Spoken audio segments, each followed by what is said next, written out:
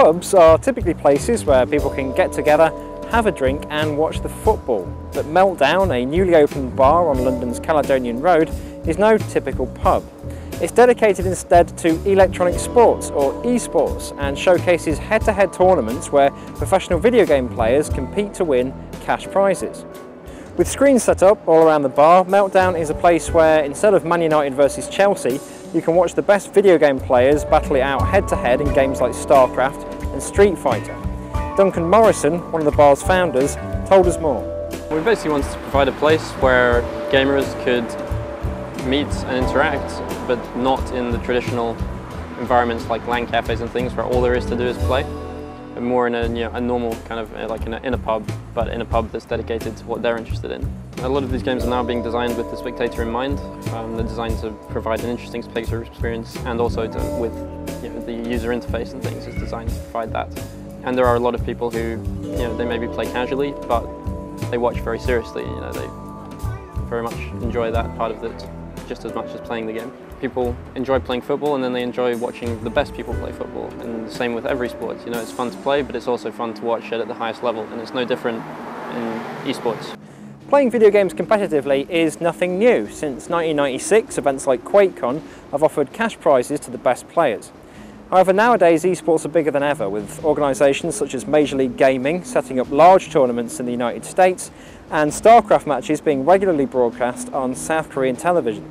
Esports nowadays are also moving more towards the spectator aspect. Although Meltdown features a small amount of PCs for people to play on, it's geared more towards people socialising, drinking and watching. Matt Morello, the coach of a Call of Duty team called Complexity, had more to tell us. Anaheim, we had 130 or so teams show up, so it's 4 players each team. And then also Anaheim, we had a lot of spectators for the Call of Duty scene. Usually there's a lot of spectators for some of the other games, League of Legends and StarCraft, but Anaheim saw a huge boom in Call of Duty spectators, which was very good for us as the players and community to just see it growing further.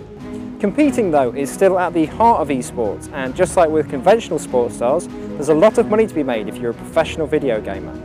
I mean, there's basically 4 main revenue streams, I guess, for a player. There's stream revenue, advertising from streaming and what people watching you play, prize money, salary from your team, and then sponsorships. And so you basically mix and match whichever of those. If you're a funny guy or an interesting guy, you can make a lot of money streaming. Obviously, prize money is self-explanatory. That's where the Koreans do very well because they're very, very good. And then, sponsorships, either personal sponsorships or sponsorships to your team, which then passes that on to the players in the form of a salary. Recently, we just won Gfinity in London, like I mentioned, and first place there was $30,000. And then MLG Anaheim, which we also won, was a $25,000 first place prize. Call of Duty Championships, which is once a year, is a $1 million prize purse. First place is $400K.